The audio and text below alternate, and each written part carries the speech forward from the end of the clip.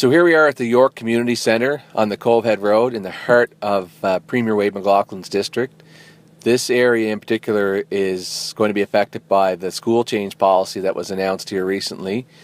Not because they're losing the school like the 5 schools that are happening in different parts of Prince Edward Island, but because the boundaries are changing and the students on this road now are going to drive by Lucy Maud's school to go to Sherwood Elementary.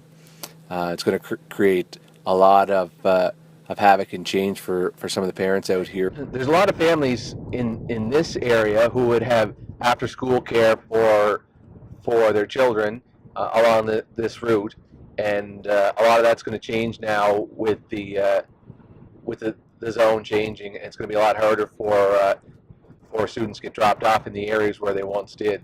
So I've heard from a lot of people out here. I've had phone calls and emails that have come from this area, and there's a lot of concern about this change. So it's going to be quite an additional drive as well for students on the bus, and we're going to drive up to Lucy Maud here now, and then we'll trek on into Sherwood to show how much longer it is to get from one to the others. I know a lot of the focus of the news to date, and even a lot of the focus of myself as opposition critic for education, has been on the 5 schools that are closing, but there's a much bigger part being played here with the rezoning, and the Cove Head Road is one of the major ones we're hearing from, but there's places all over the island. So certainly urge people to check the new maps and see what kind of impact it's going to have.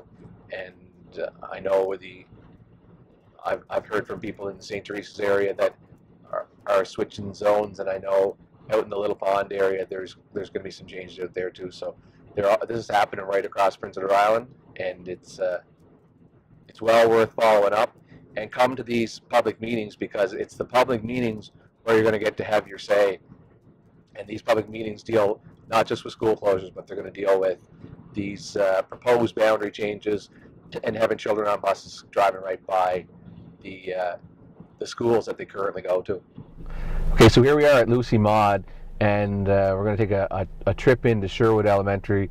Going to time it here just to show the distance, but keep in mind it is 4 o'clock on Saturday afternoon.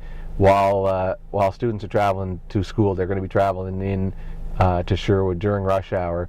And for anybody who travels to Charlottetown during rush hour, you know it's a much different speed of traffic than it is on a Saturday afternoon. So we'll start that, and we'll see you in Sherwood.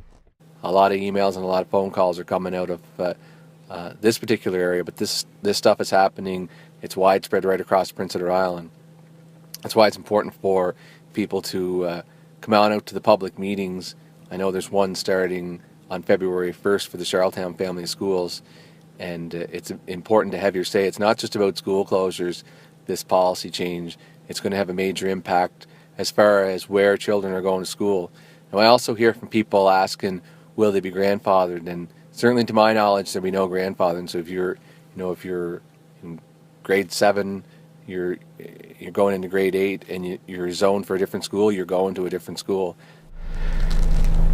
So here we are at Sherwood School.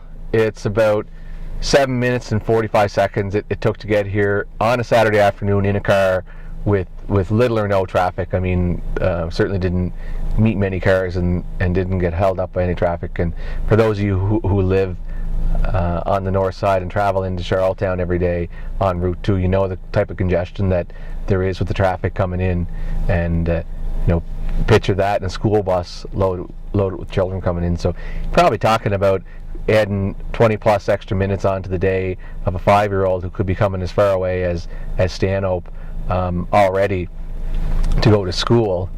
And I think it's probably unnecessary to drive by a school. As Bob Anderson pointed out, he didn't want someone driving by a school to go to another school, and that's exactly what's happening here.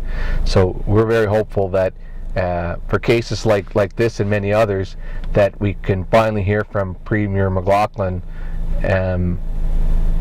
on this issue, and it'd be nice if he broke his silence and told his own constituents that at least he stood with them.